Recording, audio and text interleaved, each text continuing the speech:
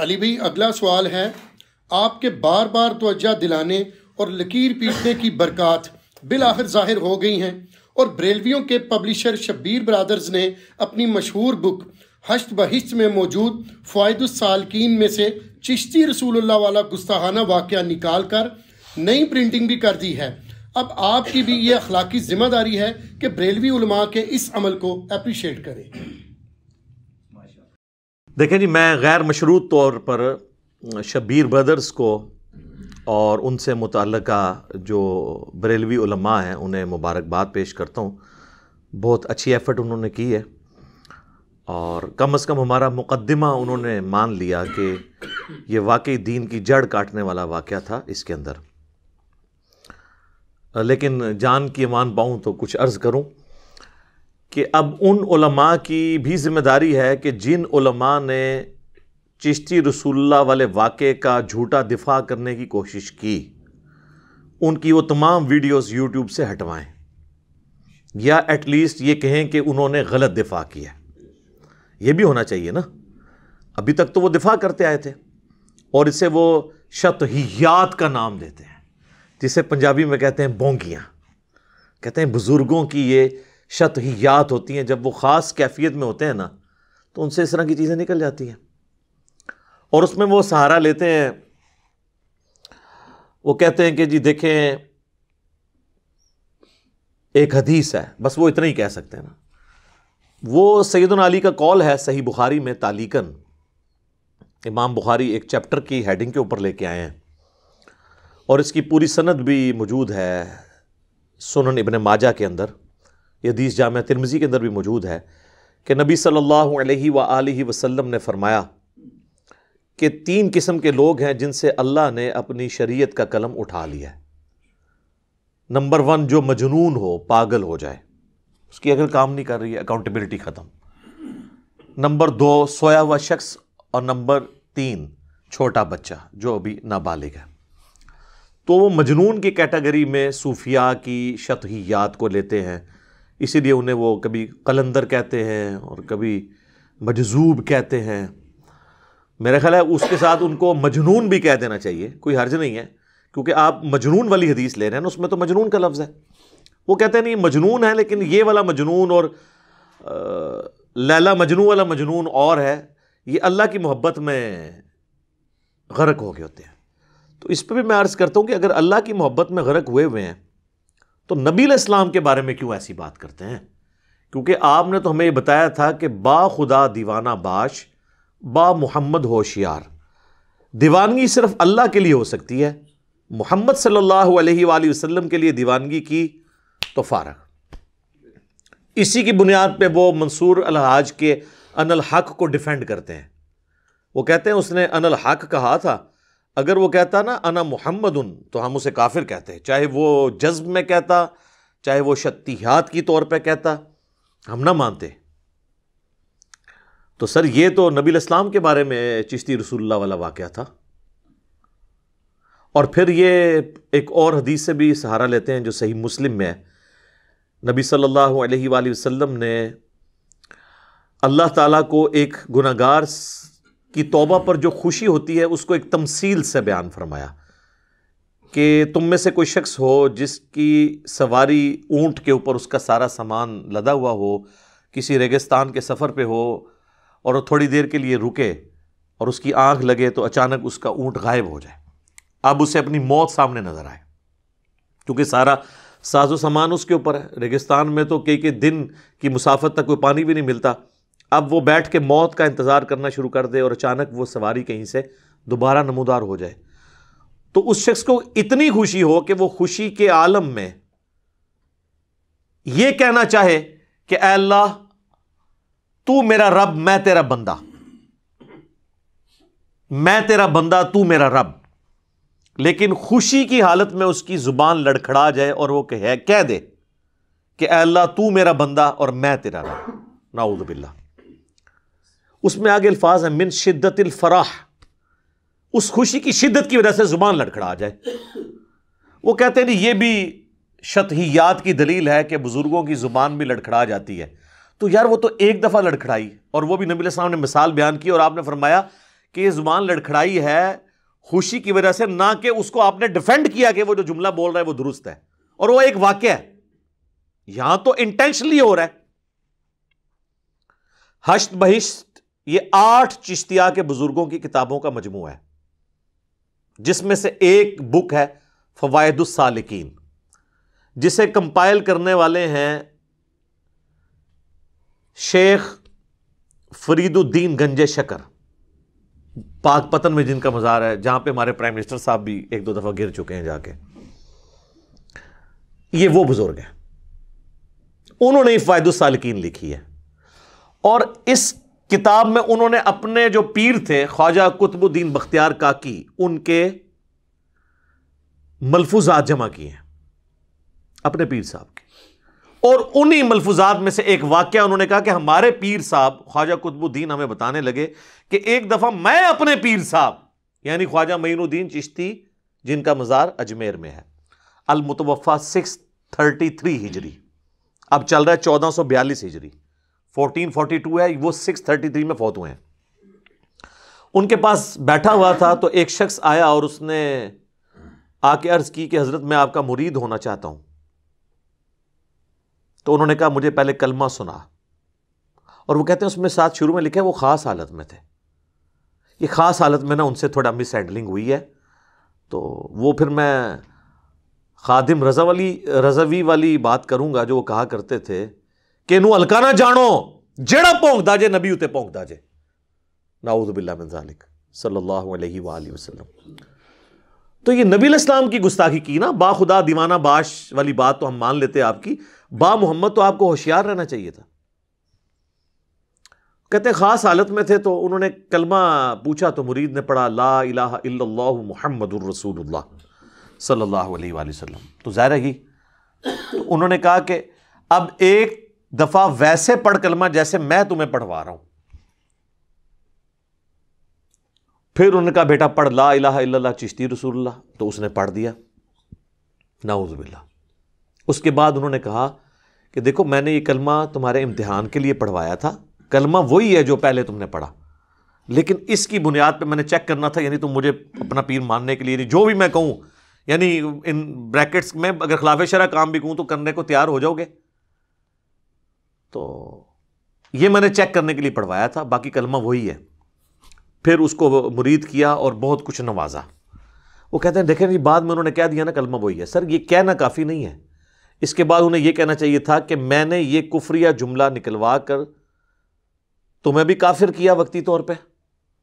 کیونکہ آپ کو یہ کہتے ہیں نا کہ اگر کوئی شخص جرمنی میں جانے کے لیے جھوٹا بھی لکھ دینا اپنے آپ کو قادیانی تو وہ قادیانی ہو جاتا ہے، اور یہاں تو وہ بول رہا ہے تو بلوانے والا بھی کافر ہوا. یعنی ہم بزرگوں کے بارے میں تو حسن ظن رکھتے ہیں کہ انہوں نے نہیں کلوایا ہوگا، 1 ٹن حسن ظن رکھ لیتے ہیں، یعنی جو کتابوں میں ملتا ہے، ہو سکتا ہے تبدیل ہو گئی ہوں، واللہ عالم.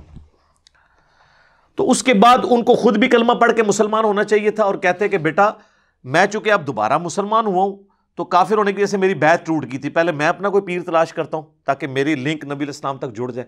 اب میں تصوف کی لینگویج میں بات کر رہا ہوں، صوفیاء کو پتہ چل جائے گا کہ میں یہ کیا کہہ رہا ہوں، کیونکہ وہ بیعت تو کر نہیں سکتے تھے. کلمات کفر کے بعد تو اپنی بیعت ٹوٹ گئی اور نکاح بھی سر ٹوٹا. پہلے تو جا کے پیر تلاش کروں، پھر ایک مولوی تلاش کروں، اپنی زنانی کو تو پتہ ہی نہیں وہ فارغ ہو گئی ہے، پھر تینوں مرید کرنا، پھر تیری بھی زنانی جڑی ہے وہ بھی نکاح پڑھواواں. یہ پوری کرالریز اس کی بنتی ہیں، اس سے چھٹکارا ممکن نہیں ہے. تو یہ لیم ایکسکیوزز ڈیوائز کرتے تھے. بہرحال یہ میں نے مبارکباد غیر مشروط پیش کی، لیکن یہ میری گزارشات ہیں، اور یہ اتنا بھی خوش ہونے والی ضرورت نہیں ہے، اس لیے کہ انہوں نے واقعہ نکالا نہیں ہے، اس میں چشتی کی جگہ محمد لکھ دیا ہے بس صلی اللہ علیہ وآلہ وسلم. واقعہ اپنی جگہ موجود ہے، اور وہ اتنا ایمبیگوس واقعہ ہو گیا، یعنی چور اپنی لنگوٹی چھوڑ جاتا ہے نا، اس سے تو بہتر تھا پورا واقعہ نکال دیتے. اب اس میں یہ لکھا ہوا ہے کہ وہ مرید سے پوچھا کلمہ کیا پڑھتا ہے، اس نے کہا ان کا ایک بار اب اس طرح پڑھ جس طرح میں کہہ رہا ہوں. اونج مان جی میں بڑے مندے نے ٹھیک ہے، بقول مصباحی صاحب کے. اب انجینئر مرزا محمد علی کو کیا پتا بابا ہوتا کیا ہے، وہ تو اس کو تو حضرت جی جو پیچھے سے پیسے آ رہے ہیں نا اس کو تو وہ نظر آ رہا ہے، اس کو کیا پتا بابا ہوتا کیا ہے. بابا اپنے زمانے میں ایک زمانہ ہوتا ہے، بابا اپنے جہاں میں ایک جہاں ہوتا ہے، اس کا وکھری ایک جہاں ہوتا ہے. یہ اس کو نہیں پتہ اور نہ اس کی باتوں میں آنا ہے انشاءاللہ. میرا ارادہ بن رہا ہے کیونکہ اب وہ ہمارے بابوں کی طرف آ رہا ہے اور ہم نہیں اپنے بابوں کی برداشت کر سکتے. منوس تجھے کیا پتہ بابے ہوتے کیا ہیں, تجھے کیا پتہ باجزید کہتے کس کو ہیں, تجھے کیا خبر جنید کس ہستی کا نام ہے حضرت. اس لیے اس کی بات بھی نہ سنا کرو حضرت, وہ بھی دل میں شک ڈال دے گی حضرت.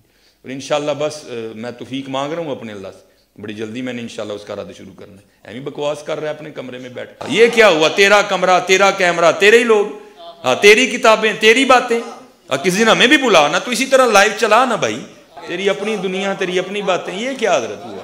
اس لیے میرے دوستو آپ بھی تھوڑا آپ بھی دیکھو نا حضرت, وہ کیا بھائی, اگر وہ اتنا ہی حق پہ ہے تو کیوں ڈرتا ہے. ہم نہیں گنے لے کے جائیں گے اور ہمیں گن کی لوڑ ہی نہیں, ہم تو درود والے ہیں حضرت. ہم نہیں برود والے حضرت, ہمارا درود ہی ہمارا برود ہے حضرت, ہمیں نہیں لوڑ کوئی بھی حضرت. ہاں بلائے نا حضرت, اگر وہ اتنا ہی سچا ہے. اگر اصل میں لوگوں کا بھی تھوڑا مزاج بن گیا ہے کہ باطل کو جلدی تسلیم کر لیتے ہیں حضرت. بات اتنی جلدی نہیں حضرت جی. اگر چلو 100 نکال دیا تو کیا 1300 سالوں سے دنیا باطل پہ تھی, آج تو حق والا جم پڑا ہے, تجھے کیا نظر آ گیا الو کے پٹھے. تو بہرحال یہ جو ہے نا کتابیں پڑھا کرو حضرت جی, خود دیکھا کرو کہ ہمارے بڑے تھے کیا ہے. اب تو پتہ نہیں کیا ہو رہا ہے. نہیں جی اسی تے انج مننا ہے, اور بھائی انج نہ من جویں وڈیاں نے منے, تو بھی انج ہی من یار. یہ نہ کھیل نہ یار, اپنے چاہ اور لاڈ میں اس طرح نہ کر, یہ تیرا چاہ لاڈ غلط ہے. تو بھائی اس طرح ہی من جویں انہوں نے منیا یار, نہ کر, نہ امت نو پاڑ, خدا دا واسطہ جی نہ کرو اس طرح, نہ کرو اس طرح حضرت. اور میں بزرگ بیٹھی ہیں, خدا کا واسطہ اپنی سٹیجوں کے رنگ بدلو یار, خدا کا نام لو یار, کیا کرنے نکلے ہو تم. میں آپ سب سے بٹھا دوں ایسوں کو نیچے, تھلے بیٹھ, سانو نہ سنا ہے, ہاں سانو وہ سنا جڑی وڈیاں نے لکھی ہے, سانو نہ سنا ہے, نہ اسی تیری سننی, تو اپنا نواں کول ہی رکھ, سانو نہ اپنا نواں دے تو کوئی. ہاں یہ بدلو بھائی اپنی سٹیجوں کا رنگ. یہ بالکل یہ غلط ہو رہا ہے سارا. اب پانی سر کے اوپر سے گزر رہا ہے ادھر, ہر دوسرے دن کو الو کا پٹھا اٹھتا ہے اور نئی بکواس شروع کر دیتا ہے. بھائی یہ تو آج تک کسی کو نہیں سوجا, جو نئی بات ہی ہم نے سن لی. تو اب وہ جو وڈوں نے جو پڑھوایا تھا وہ تو اپنے نام کا پڑھوایا تھا, انہوں نے اس چشتی کو محمد بنا دیا, اور پھر اس کے بعد اگلے جملے ہیں کہ نہیں کلمہ اس نے پڑھ جس نے پہلے پڑھتا تھا. تو اب وہ ظاہر ہے پتہ چل جائے گا کہ بعد میں کچھ اور پڑھایا, تو اب وہ واقعہ گڑبڑ ہو گیا. لیکن وہ جس کو کہتے ہیں نا لک وشکاری ہے, یعنی چارپائی پہ آپ سر اس طرف رکھ لیں, پاؤں اس طرف, پاؤں کو ادھر لے جائیں, ساری طرف, یعنی وہ تو واقعہ انہوں نے نکالا نہیں ہے سر. یہ پہلے تو اپنی تصحیح کریں سوال کرنے والے, انہوں نے اس واقعے میں صرف اس لفظ کو چینج کر کے چشتی کو وہ کر دیا ہے. تو یہ تو اور لوگوں کو مصیبت میں ڈال دیا ہے. یہ پورا واقعہ نکال دیتے, لیکن اس پہ بھی ہم نے راضی نہیں ہونا. اگر آپ پورا واقعہ نکالیں گے تو کیا کہہ کے نکالیں گے کہ یہ بات کتاب و سنت کے خلاف ہے. تو سر اس میں تو ہزاروں باتیں کتاب و سنت کے خلاف لکھی ہوئی ہیں, وہ تو پوری کتاب کی چھانٹی ہونے والی ہے سوائے ان آیات اور احادیث کے جو صحیح سند سے ثابت ہیں. اور پھر تیسری بات, آپ کو رائٹ ہی نہیں کسی مصنف کی کتاب کو چینج کرنے کا. آپ تحکیم ضرور لگا سکتے ہیں اس پہ کہ آپ فوائد السالکین کو حشر بہشت میں ویسے ہی رہنے دیتے, واقعہ بھی وہی رہنے دیتے, فٹ نوٹ پہ لکھتے کہ لگتا ہے کہ یہ واقعہ بعد میں کسی نے شامل کر لیا ہے, لیکن جو کتاب چل رہی ہے اس کو اپنی جگہ رہنے دیں. یا آپ کو کلمی نسخہ ایسا لے آئیں جس میں وہ واقعہ نہ ہو. اور یہ میں جو آپ کو بتاؤں نا فٹ نوٹ والا, یہ کیا ہے بریلویوں نے جب غنیت الطالبین شیخ عبد القادر جیلانی کی چھاپی نا, المتوفا 561 ہجری, تو وہاں پر نا انہوں نے جو گمراہ فرقے لکھے ہیں نا دوزخ میں جانے والے, ان میں انہوں نے حنفیوں کو بھی لکھ دیا ہوا ہے. اب وہ چھاپنے والے حنفی, یہ تو لادہ بات ہے کہ اس کتاب میں نماز کا طریقہ بھی رفع الیدین کے ساتھ لکھا ہوا ہے بخاری مسلم کے مطابق. بل جہاں وہ دوسکی فرقے کا حنفی کا ذکر آیا نا, تو وہاں انہوں نے پتہ کیا کیا, فٹ نوٹ پہ لکھا, انہوں نے پہلے تو جواب دیا کہ یہ حنفی, یہ وہ والے حنفی نہیں جو ہم والے حنفی ہیں, ٹھیک ہے, ہم حنفی اور ہیں وہ اور ہیں. وہ تو بریلوی کہتے ہیں کہ ہم حنفی ہیں, دیوبندی کہتے ہیں ہم حنفی ہیں, وہ کہتے ہیں وہ حنفی نہیں, وہ کہتے ہیں وہ حنفی نہیں. وہ کہتے ہیں یہ ایک زمانے میں ایک اور حنفی ہوا کرتے تھے, شیخ عبد القادر جیلانی نے ان کو کہا ہے, لیکن پھر بھی ان کو سمجھ آ گئی کہ کہا کس کو ہوا ہے. وہ تو استوا علی العرش کے عقیدے کے اوپر بھی حنفیوں کا رد کرتے ہیں, ٹھیک ہے. اور اس غنیت الطالبین میں انہوں نے لکھا ہے اہل سنت وہ ہیں جو اہل حدیث ہیں. وہ کہتے ہیں نہیں وہ اہل حدیث اور ہیں, یہ وہابی ہیں. آج ہم اہل حدیث ہیں لیکن اہل حدیث کہتے بھی کوئی نہیں حنفی اپنے آپ کو. اچھا پھر نوٹ میں انہوں نے لکھا کہ یہ حنفی اور تھے, پھر بھی ان کو پتہ چلا کہ یار یہ تو کوئی نہیں مانے, پھر لکھا لگتا ہے کہ بعد میں یہ کتاب میں کسی نے داخل کر دیا ہے. یہ حنفیوں کو گمراہ فرقہ جو لکھا ہے یہ عبدالقادر جیلانی رحمۃ اللہ علیہ نے نہیں لکھا, بعد میں کسی نے داخل کر دیا. تو آپ بھی اس طرح کریں کہ فٹ نوٹ لکھیں, مصنف کی کتاب آپ نہیں چینج کر سکتے. لہٰذا یہ جو کچھ ہوا نا, میں مبارکباد اس لیے پیش کر رہا ہوں کہ آپ نے تھنک آؤٹ آف باکس کیا, لیکن یہ آپ نے کام کو ٹھیک نہیں کیا. اس کو ٹھیک کرنے کا طریقہ ہے واقعہ وہی رہنے دیں, فٹ نوٹ پہ لکھیں یہ گمراہ کن ہے اور اس سے بچ کے رہیں, اور میری اگر مانے تو یہ پوری کتاب کی پرنٹنگ ہی بند کر دیں. یہ جو ہمیں لوگ کہانیاں کروا رہے ہوتے ہیں نا کہ جی جو بات کتاب و سنت کے مطابق ہے وہ آپ لے لیں. سر جو کتاب و سنت کے مطابق ہے وہ تو پہلے ہی کتاب و سنت میں موجود ہے. وہ ہم نے کان ایسے کر کے کیوں پکڑنا ہے کہ میں نے کشف المحجوب سے یا حشد بہیش سے یا تذکرۃ الاولیاء سے کتاب و سنت لینا ہے. میں ڈائریکٹ کیوں نہ بخاری مسلم سے کتاب و سنت لوں. جس طرح ہمارے وہ باپا جانی ہیں جو الیاس قادری صاحب, وہ بعض اوقات بخاری اور مسلم کی احادیث بھی نا تصوف کی کتابوں کے ریفرنس سے بیان کر رہے ہوتے ہیں. جلال الدین سیوطی اپنی کتاب شرح الصدور میں لکھتے ہیں, اور وہ آگے جو حدیث بیان کر رہے ہوتے ہیں وہ بخاری کی حدیث ہوتی ہے. شرح الصدور کا کیا لینا دینا ہے؟ شرح الصدور تو جا کے لکھی گئی ہے 10ویں صدی ہجری کے اندر. بخاری شریف جو ہے وہ 30ویں صدی ہجری کے اندر, وہ تو حدیث کی کتاب ہے. شرح الصدور کے اندر تو اکثر باتیں کہانیاں ہی ہیں اور وہ کوئی حدیث کی کتاب بھی نہیں ہے. تو اس طریقے سے کان نہ پکڑیں, قرآن و حدیث میں پہلے ہی موجود ہے, لہٰذا اس کی مکمل پرنٹنگ بند کریں. اگر پرنٹنگ آپ نے کرنی ہے تو آپ پھر یہ سارے واقعات اپنی جگہ رہنے دیں, اس کے نیچے فٹ نوٹ لگائیں. اور سر باقی لوگوں سے بھی میں کہوں گا, صرف شبیر بردرز نہیں, اس کے علاوہ بھی اور لوگ چھاپ رہے ہیں, اس میں تو یہ واقعات ابھی اسی طریقے سے چھاپ رہا ہے یہ چشتی رسول اللہ والا واقعہ. ویسے تو اس پہ ایک اور ڈیمانڈ بھی بنتی ہے, میں وہ کرتا نہیں ہوں, کہ آپ کم از کم اس کے دباچے میں لکھ دیتے کہ یہ انجینئر صاحب کی ویڈیوز کی وجہ سے اللہ تعالیٰ نے ہمیں اس ہدایت تک پہنچایا ہے کہ ایک کتاب جو پچھلے 1000 سال سے چل رہی تھی ہمیں اب پتہ چلا ہے کہ یہ غلط تھا. اور اس کے بعد اور بھی لکھے کہ ہمارے اتنے بڑے بڑے علماء, بڑے بڑے بزرگ, اتنے پیڈ قسم کے علماء جن کو ہم نے اتنا پے کیا, یہ پیٹ نہیں, میں نے کہا پیڈ انگریزی والا ہے, پیسے دیے, یعنی کہ یہ نہ کہیں گے وہ پیٹ بڑا کہہ دیا انہوں نے. تو یہ بڑے بڑے پیڈ علماء جو تھے انہوں نے یہ چیز نہیں بتائی تھی, جن کو ہم نے رکھا اس کام کے لیے تھا, انجینئر صاحب نے بتایا.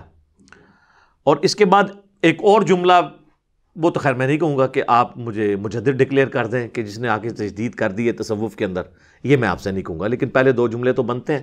خیر وہ بھی نہ لکھیں, مجھے اس سے کوئی غرض نہیں ہے آپ لکھتے ہیں یا نہیں لکھتے, میں یہ تفنن کے طور پہ یہ باتیں کر رہا ہوں.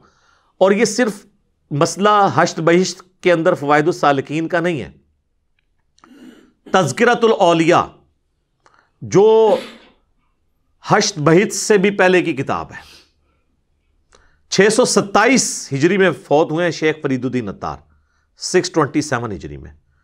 دنیا میں تصوف کے جو ڈکلیئرڈ بزرگ ہیں, یا اولیاء بھی کہتے ہیں, اولیاء اللہ تو نہیں میں کہتا, تصوف کے اولیاء, دنیا میں جو سب سے بڑی کتاب مانی گئی ہے نا ان کے حالات زندگی پہ, عربی میں لکھی گئی, وہ یہ تذکرۃ الاولیاء ہے. عرب و عجم میں اس کو لوگ جانتے ہیں. فرید الدین عطار نے لکھی, 627 ہجری میں فوت ہوئے, عربی میں لکھی, اس کا اردو ترجمہ بھی ہوا, شبیر بردرز نے بھی چھاپا ہوا ہے, اسی شبیر بردرز نے جنہوں نے حشد بہشت کو یہ اس طریقے سے ٹھیک کرنے کی کوشش کی ہے. تو سر تذکرۃ الاولیاء میں بھی کچھ حوالے ہیں, اس کو بھی اس میں سے ایڈجسٹ کریں فٹ نوٹ کے اوپر, یا نکال دیں, یا پوری کتاب کی پرنٹنگ بند کریں. اور یہ تذکرۃ الاولیاء وہ کتاب ہے جس کے حوالے آپ کو دعوت اسلامی کی فضائل سنت میں بھی ملیں گے اور تبلیغی جماعت کی فضائل اعمال میں ملیں گے. یہ کوئی عام کتاب نہیں ہے. اور اس میں اب یہ چونکہ معراج شریف کا مہینہ مسلمانوں کے ہاں ایک مشہور مانا جاتا ہے, وہ چل رہا ہے 1442 ہجری, مارچ 2021. تو میں آپ کو یہ کہوں گا کہ آپ اس میں ذرا بایزید بستامی کا چیپٹر نکال لیں, اس میں انہوں نے لکھا ہے بایزید بستامی کی معراج. جی ہم تو نبی علیہ السلام کے لیے معراج مانتے ہیں نا, تو انہوں نے کہا کہ بزرگوں میں بھی ہوئی ہے. تو اب آپ ذرا خود فیصلہ کر لیں کہ ان کا بزرگوں کے بارے میں کیا عقیدہ ہے. نبی علیہ السلام کے مقابلے پہ ایک معراج بنا دی ہے اور پوری ایک سٹوری گھڑ کے لکھی, اور اس کے اینڈ، اس میں تو خیر بہت کچھ ہے لیکن نبی علیہ السلام کے حوالے سے میں فی الحال ڈسکس کرتا ہوں. وہ چیپٹر جب اینڈ ہوتا ہے نا تو اس کے اینڈ پہ جا کے وہ لکھتے ہیں کہ بایزید بستامی سے کسی نے پوچھا کہ قیامت والے دن کیا لوگ آپ کے جھنڈے کے نیچے ہوں گے؟ یہ پتہ نہیں کون بٹ دماغ ہے جس نے یہ سوال کیا ہے. ظاہر ہے بٹ دماغ، یہ قرآن و سنت تو نہیں پڑھا ہوا. تو وہ کہتے ہیں میں قسم اٹھا کے کہتا ہوں کہ محمد صلی اللہ علیہ وآلہ وسلم اور تمام انبیاء میرے جھنڈے کے نیچے ہوں گے قیامت والے دن. نعوذ باللہ من ذالک. سر آپ اگر میرے زمانے میں ہوتے تو میں آپ پہ 295C لگواتا اگر آپ نے یہ بات کہی ہے، اور اگر آپ نے نہیں کی تو پھر اللہ کے حضور آپ کی پکڑ نہیں ہوگی انشاءاللہ تعالی. لیکن ظاہر آپ کے ماننے والے تو اس کی تعویل کر رہے ہیں. خود فرید الدین عطار نے اس میں تعویل کی ہے کہ یہ جو انہوں نے جملہ بولا نا، لوائی اعظم من لوائی محمد، میرا جھنڈا محمد کے جھنڈے سے بھی بڑا ہوگا، نعوذ باللہ، یا تمام انبیاء میرے جھنڈے کے نیچے ہوں گے. یا اس کے علاوہ بھی انہوں نے کہا کہ سبحانی سبحانی ما اعظم شأنی، میں پاک ہوں میری شان کتنی بلند ہے. تو یہ دراصل ان کے منہ سے اللہ بول رہا تھا، تو اللہ کا جھنڈا تو محمد کے جھنڈے سے بڑا ہی ہوگا. ہم یہ کہتے ہیں کہ قیامت والے دن اللہ اور محمد دو الگ چیزیں ہوں گی جھنڈے کے اعتبار سے. قرآن تو کہہ رہا ہے من یطع الرسول فقد اطاع اللہ، جو رسول کی اطاعت کرے وہ اللہ کی اطاعت کرنے والا ہے. تعلیمات کے پوائنٹ آف ویو سے اللہ اور رسول ایک آرگینک ہے، ایک آرگینک ہول ہے. تو یہ بیچ میں بایزید صاحب کہاں سے آ گئے خام خائی؟ اور سر انہوں نے کبھی صحیح مسلم پڑھی ہوتی تو نبی علیہ السلام کا وہ فرمان پڑھتے کہ نبی صلی اللہ علیہ وآلہ وسلم نے فرمایا قیامت والے دن سب سے پہلے میں اپنی قبر سے نکالا جاؤں گا، سب سے پہلے میں شفاعت کروں گا، اور سب سے پہلے میری شفاعت قبول کی جائے گی. اور ایک اور حدیث ہے صحیح مسلم کے اندر کہ نبی علیہ السلام نے فرمایا سب سے پہلے میں جنت کا دروازہ کھٹکھٹاؤں گا اور داروغے جنت پوچھیں گے کہ کون؟ تو میں کہوں گا محمد صلی اللہ علیہ وآلہ وسلم. تو وہ دروازہ کھولتے ہوئے کہے گا کہ مجھے اللہ کی طرف سے حکم بھی یہی تھا کہ آپ کے نام پہ میں نے دروازہ کھولنا ہے، آپ سے پہلے کسی کے لیے دروازہ نہیں کھولنا. یہ ہے سر مسلم شریف. اور اس سے بھی بڑھ کر یہ کمپائل کرنے والے امام کا نام ہے ابو الحسین مسلم بن حجاج القشیری. اور یہ لوائی اعظم من لوائی محمد والی یہ گستاخانہ بات کرنے یا ان کی طرف منسوب اس بندے کا نام ہے ابو یزید بستامی، یزید دا ابا یا یزید والا. اور ایک کون ہے؟ ابو حسین، واقعی یہ حسینی ہے. اور دونوں ایک ہی سن میں فوت ہوئے ہیں، یہ بھی 261 ہجری میں فوت ہوئے ہیں اور بایزید بستامی بھی 261 ہجری میں. وہ صوفیوں کے امام ہیں، یہ ہم مسلمانوں کے امام. ابو الحسین مسلم بن حجاج القشیری. تو وہ کہتے ہیں جی وہ انہوں نے کنیت بس ویسے ہی رکھ لی تھی. یزید کا مطلب ہے بلند اور جس کے مرتبے میں اضافہ ہوتا ہو، بڑھوتری ہوتی ہو. ہم کہتے ہیں کہ کوئی اور نام نہیں ملا آپ کو، ابو الاعلیٰ رکھ لیتے یار مودودی صاحب کی طرح. اور پھر دعویٰ یہ کرتے ہیں کہ روحانی طور پر امام جعفر کے مرید ہیں. وہ امام جعفر کون ہے؟ امام جعفر بن محمد بن علی بن حسین بن علی، سیدنا حسین کے پڑپوتے. ان کا مرید اپنی کنیت رکھ رہا ہے ابو یزید، اور امام مسلم اپنی کنیت رکھ رہے ہیں ابو حسین. کڈی وڈی کہانی ہے. میں دے آج ابو یزید اپنی کنیت رکھنے سے تیار نہیں ہے، تو جڑا ڈائریکٹ مرید ہے امام جعفر دا انہیں ابو یزید رکھ لیا. کہتے نہیں جی وہ یہ یزید تو صحابہ کے بھی نام ہے. وہ سر صحابہ کے نام ہیں، ہمیں نام سے چڑ نہیں ہے. ہم یہ کہتے ہیں کہ جب یہ واقعہ کربلا ہوا ہے اس کے بعد آپ جن لوگوں کو اہل بیت کے مرید بتا رہے ہیں وہ اپنے ساتھ یہ کیوں کر رہے ہیں؟ اور کہتے ہیں ہم نے جواب دے دیا. جواب اس طرح نہیں ہوگا سر. جواب یہ ہوگا کہ آپ اپنے بڑے بڑے علماء کی کنیت آج کی ڈیٹ میں ابو یزید رکھیں، ان کے بچوں کے نام یزید رکھیں، پھر ہم دیکھتے ہیں کہ اسکول میں ان کو داخلہ ملتا ہے. جتنے جانو کہیں گے یزید آ گئے. ایک سال بعد یزید نو لبدے پھرتے نے نا، انہوں نے سارے نے ماتم چھوڑ کے انہوں کٹنا شروع کر دینا ہے. اپنا ماتم انہوں نے چھوڑ دینا ہے، پھر تو اڑے سارے یزید پھڑے جانے نے. تو کہانیاں کرا رہے ہیں. آپ کو بھی پتہ ہے کہ یہ پریکٹیکلی پاسبل نہیں ہے اس طریقے سے.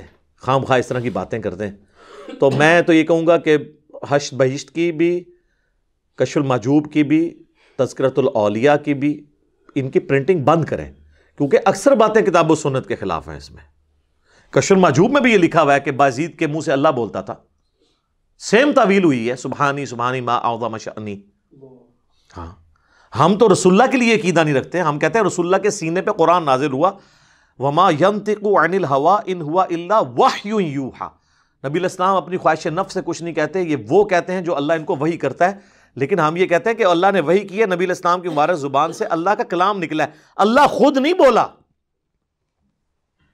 یہ تو پینتھیزم کا عقیدہ ہے، ہماؤس کا عقیدہ ہے، یا وحدت الوجود میں جو بگڑا ہوا عقیدہ مانتے ہیں. میں نہیں کہتا کہ سارے ہی وحدت الوجود والے جو ہے وہ غلط کہہ رہے ہوتے ہیں.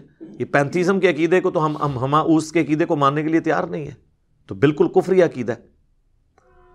تو یہ کشف المجوب میں لکھا ہوا ہے، اور بلکہ اس میں تو لکھا ہے کہ بازید بستامی نے اللہ کی زیارت کی حج پہ. جب گئے پہلی دفعہ گئے تو کہتے ہیں صرف کعبہ دیکھا، کہتے ہیں میرا حج نہیں ہوا.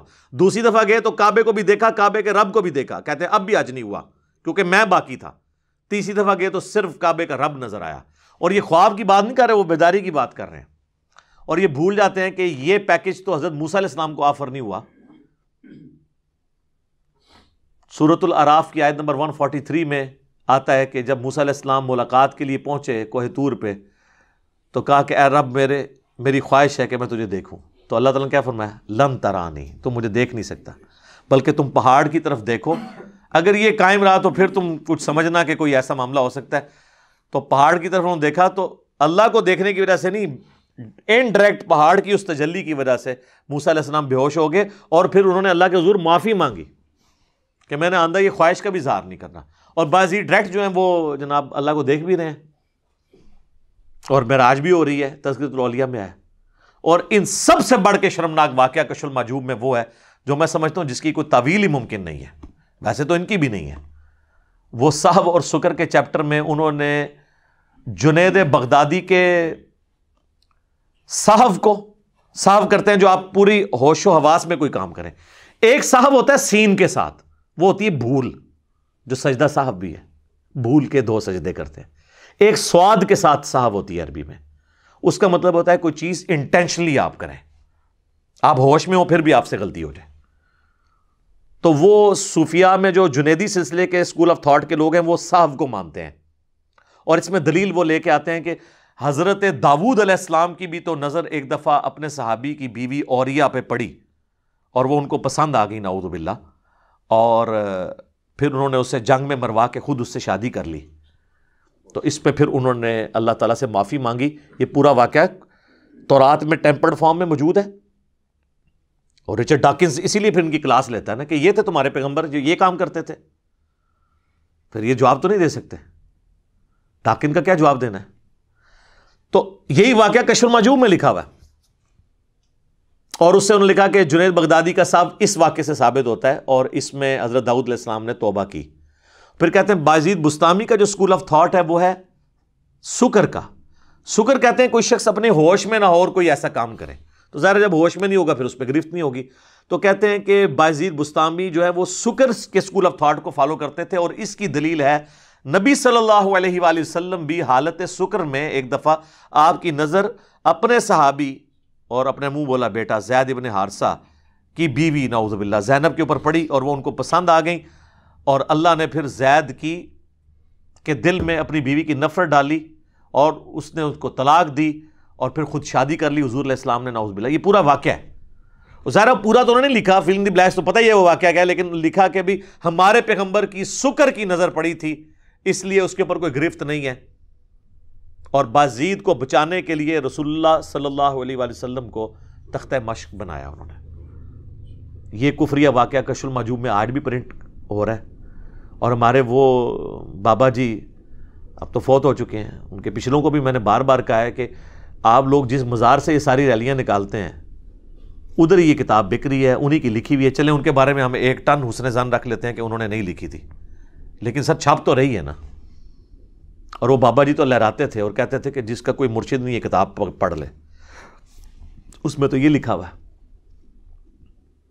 لیکن نجی محفلوں میں یہ مانتے ہیں. پاکستان لیول کے ایک بریلویوں کے مفتی ہیں اور بہت بڑے مناظر ہیں، میں نام نہیں لیتا، انہوں نے مجھے خود یہ بات کہی کہ یہ بالکل گستاخانہ واقعہ ہے اور میں نے رسول اللہ کا کلمہ پڑھا ہے، داتا صاحب کا کلمہ نہیں پڑھا ہوا، میں اسے لانے برات کرتا ہوں. لیکن میں نے ان کو کہا کہ آپ اس پہ ایک ویڈیو بنائیں. وہ کہتے ہیں کیوں مروانے لگے ہو یار مجھے، میری عوام نہیں چھوڑے گی مجھے. خیر ان سے بھی بڑے ایک بہت بڑے عالم ہیں, وہ تو لکھ گئے ہیں انجانے میں, پیر کرم شاہ صاحب الازہری, جن کا ترجمہ میں نے سامنے رکھا ہوتا ہے جمال القرآن جب میں درس قرآن کرتا ہوں, بحیرہ شریف والے, جن کے لاکھوں سٹوڈنٹ ہیں دنیا میں. سب سے بڑا ان کے لائق ترین سٹوڈنٹ میں سے ڈاکٹر طاہر القادری صاحب ہیں, پیر کرم شاہ صاحب کے سٹوڈنٹ ہیں وہ. اور پیر کرم شاہ صاحب نے 1947 میں جب پاکستان بنا تھا, اس سال انہوں نے دورہ حدیث کیا تھا اعلیٰ حضرت کے خلیفہ نعیم الدین مراد آبادی کے پاس. یہ اور مفتی احمد جان نعیمی, یہ دونوں کلاس فیلو تھے. انہوں نے ضیاء القرآن کے اندر سورۃ الاحزاب کی تفسیر میں جہاں زید ابن حارثہ کا ذکر آتا ہے, وہاں انہوں نے لکھا ہے کہ کافروں نے سازش کر کے ہماری کتابوں میں یہ واقعات داخل کیے ہیں.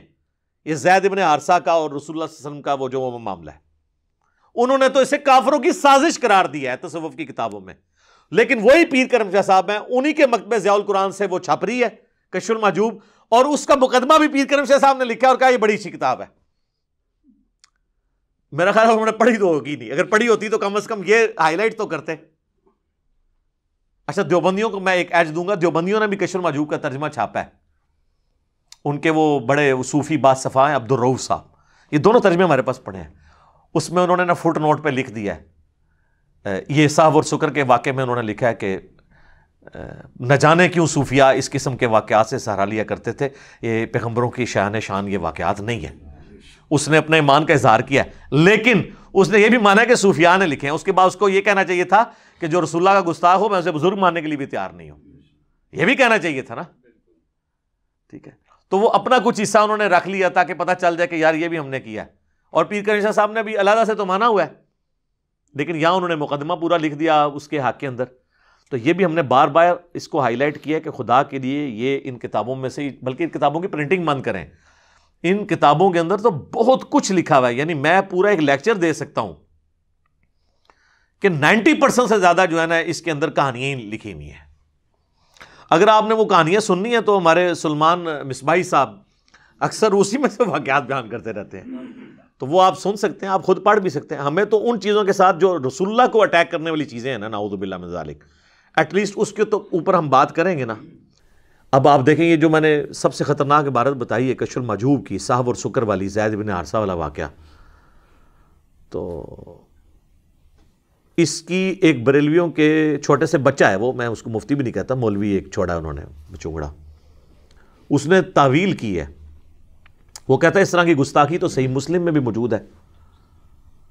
اچھا جی, صحیح مسلم میں کیا گستاخی, وہ ذرا گستاخی سنے اور کس طرح اس کو ریلیٹ کر رہا ہے. صحیح مسلم میں حدیث ہے کہ نبی علیہ السلام ایک دفعہ بیٹھے ہوئے تھے, تو سامنے سے کچھ عورتیں گزری, تو آپ کی نظر ایک عورت کے اوپر پڑ گئی, تو آپ نے فوراً ہٹا لی. جو صحیح مسلم میں ایک اور حدیث ہے کہ اگر تمہاری پہلی نظر پڑ جائے کسی عورت پہ تو میرے رب نے حکم دیا کہ میں فوراً ہٹا لوں. نبی علیہ السلام نے ہٹائی, اور پھر آپ اپنے گھر میں گئے, اپنی بیوی کے ساتھ ازدواجی تعلق قائم کیا, پھر واپس آئے, اور آپ نے فرمایا کہ اگر تمہاری اچانک نظر کسی عورت پہ پڑ جائے تو وہ فوراً اپنی بیوی کے پاس آئے, کیونکہ اللہ نے اس کے پاس بھی وہی چیز رکھی ہوئی ہے, یوں اس چیز سے اس عورت کا خیال اس کے دل سے دور ہو جائے گا.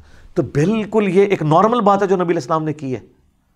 اس کو وہ اس سے ریلیٹ کر رہا ہے جو کشف المحجوب میں لکھا ہے کہ جی وہ زید ابن حارثہ کی بیوی پہ حضور کی نظر پڑ گئی, اور پھر زید ابن حارثہ کے دل میں اپنی بیوی کی نفرت پڑ گئی, کیونکہ حضور نے تو اللہ کو خوش کرنا تھا نعوذ باللہ, اور تاکہ وہ طلاق دیں پھر حضور شادی کر لیں. شادی تو ہوئی لیکن وہ اس وجہ سے نہیں ہوئی, وہ سورۃ الاحزاب میں ہے اللہ تعالیٰ نے یہ رسم توڑنی تھی کہ منہ بولا بیٹا اصل بیٹا نہیں ہوتا, اس لیے حضور کا رشتہ کروایا سیدہ زینب کے ساتھ.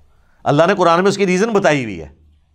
ٹھیک ہے, وہ کہتا نہیں قرآن میں لکھا ہے تم اپنے دل میں ایک بات چھپاتے تھے, اور اس بات سے مراد یہ تھی, وہ بات یہ نہیں تھی, اس بات کا ذکر قرآن میں موجود ہے. حضور علیہ السلام معاشرے کے بھی شرم کرتے تھے کہ یہ کیا کہیں گے, کل تک بیٹا بنایا ہوا تھا, آج اپنی بہو کے ساتھ شادی کر رہا ہے. لیکن اللہ تعالیٰ نے کہا نہیں, جب بڑا بندہ یہ رسم توڑے گا نا تو رسم ٹوٹے گی. تو حضور تو شرماتے تھے, حضور تو کئی جگہ شرماتے تھے. سورۃ الاحزاب میں آتا ہے کہ تم جب نبی کو مسئلہ پوچھنے جاتے ہو, ان کے گھر بیٹھے رہتے ہو اور بیٹھ کے گپیں مارتے رہتے ہو, حضور علیہ السلام شرم کی وجہ سے تمہیں وہاں سے اٹھاتے نہیں, حالانکہ آپ کو تکلیف ہو رہی ہوتی ہے. آپ بخاری مسلم میں حدیثیں اٹھا کے دیکھیں, حضور کی بیویاں, گھر ہی اتنا تنگ تھا, وہ ایک کونے میں یوں دیوار کے ساتھ لگ کے بیٹھ جاتی تھی یوں پردہ لے کے. اب ظاہر ہے کوئی بیٹھک لادہ نہیں تھی, اب وہ ایک ڈیڑھ گھنٹہ لوگ مسئلے پوچھ رہے ہیں، حضور کی بیوی ایسے سائڈ پہ بیٹھی ہے. اب مجھے بتائیں کتنی تکلیف دہ چیز ہے. حضور پھر بھی قرآن میں آتا ہے کہ حضور تمہارا حیا فرماتے ہیں. اللہ نے فرمایا میں حیا نہیں کرتا ہوں، آمدہ سے کوئی مسئلہ ہو فوراً پوچھو اور نکلو. رسول اللہ تمہارا خیال کرتے ہیں لیکن اللہ حق بات کہنے سے نہیں شرماتا. تو حضور علیہ السلام کی تو ایک مبارک عادت تھی. تو آپ دل میں کیا چھپاتے تھے کہ یہ لوگ کیا کہیں گے، لیکن اللہ نے فرمایا ہم آپ کے پیچھے کھڑے ہیں، انشاءاللہ آپ کے ذریعے اس رسم کو توڑیں گے. تو وہ اس بریلویوں کے اس چوزے نے کہا کہ جی مسلم شریف میں بھی گستاخی ہوئی ہے، تو یہ کیوں نہیں ہائی لائٹ کرتا؟ اب مجھے بتائیں ان دو واقعات کا کوئی تعلق ہے؟ ہاں، تعلق کس طرح ہوتا میں آپ کو بتاتا ہوں. اگر ہوتا کہ نبی علیہ السلام کی اچانک نظر جس عورت پہ پڑی، جیسے ہی وہ اپنے گھر پہنچی اس کے خاوند کی نفرت اللہ نے اس کے دل میں ڈالی اور اس نے اس عورت کو طلاق دی، اور وہ عورت چل کے حضور کے پاس آ گئی اور حضور نے اسے شادی کر لی. پھر یہ کشف المحجوب والی گستاخانہ عبارت بننی تھی. تم اللہ کے بندو اللہ سے ڈرو. ایک گدھے کے اوپر کالی اور سفید لکیریں پھیر کے زیبرا نہیں بنایا جا سکتا، ٹھیک ہے جی؟ تو تم اپنی جو ہے وہ گدھوں والی عبارتوں کو چھپانے کے لیے ان پہ کالی اور سفید لکیریں پھیرتے ہو. بخاری مسلم کی شرم کرو. اللہ نے پھر تم پہ ایسے لوگ چھوڑے ہوئے ہیں جو تمہیں پکڑ لیں گے اور پھر وہاں چھوڑ کے آئیں گے کہ جہاں آپ کی پبلک آپ کو پھر پوچھے گی کہ یہ آپ کے ساتھ ہو رہا کیا ہے. اور ہم اس پہ کوئی غصہ نہیں کھائیں گے، ہم صرف آپ کو عرض کریں گے کہ مرنے سے پہلے اے مسلمان کر لے اس پہ غور. کتابوں کا خدا اور ہے، بابوں کا خدا اور. یعنی جو خدا رسول کا تعارف ہمیں کتابوں سے ہوتا ہے وہ اور ہے، اور جو بابے جس طریقے سے ان کا تعارف کروا رہے ہیں وہ غلط ہے. یہ نہیں ہے کہ وہ کسی اور رسول خدا کو مانتے ہیں، نہیں، اسی رسول کو مانتے ہیں، اسی خدا کو مانتے ہیں وہ. اور یہ بال لوگ کہتے ہیں یہ کہتا جی ہمارے بزرگوں کا ہمارا خدا اور ہے.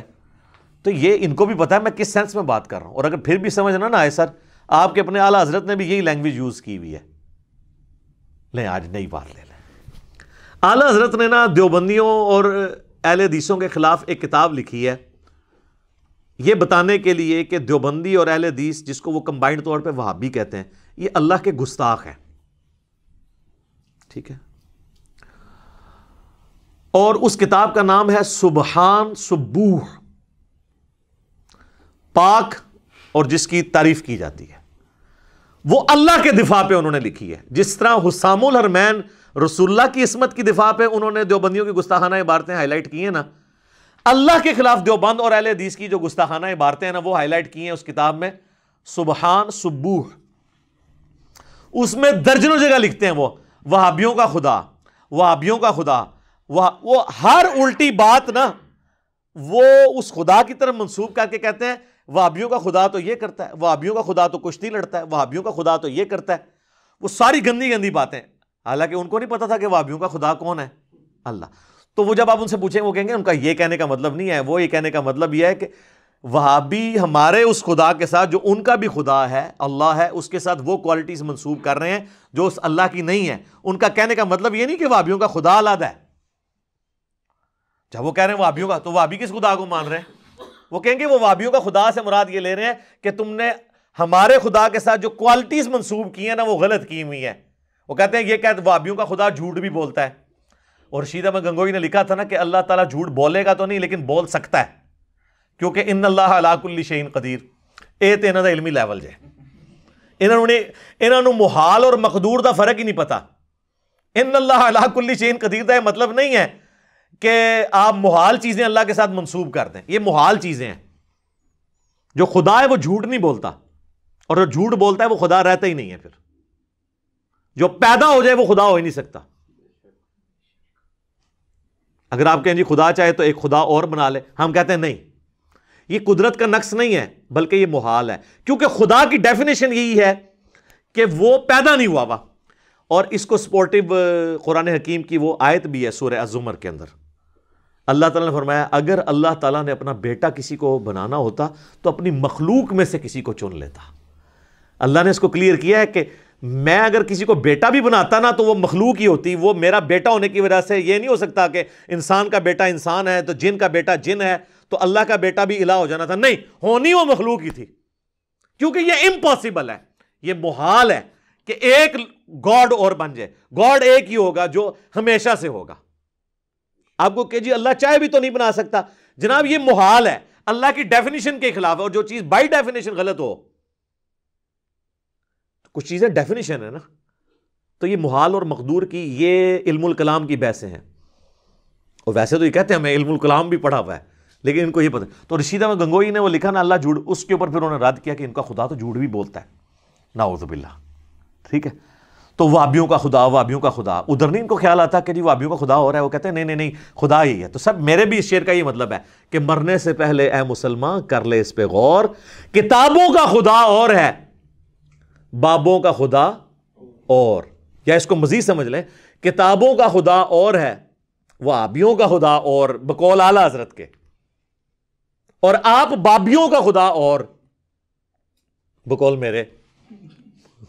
ٹھیک ہے, تو اپنی جب ان کو ان کے اس کے اوپر مفادات پہ ضرب پڑتی ہے نا, دم پہ پاؤں میں نہیں کہتا, وہ کہتے ہیں ہماری دم تو ہے نہیں ہے, تو میں وہ نہیں کہتا.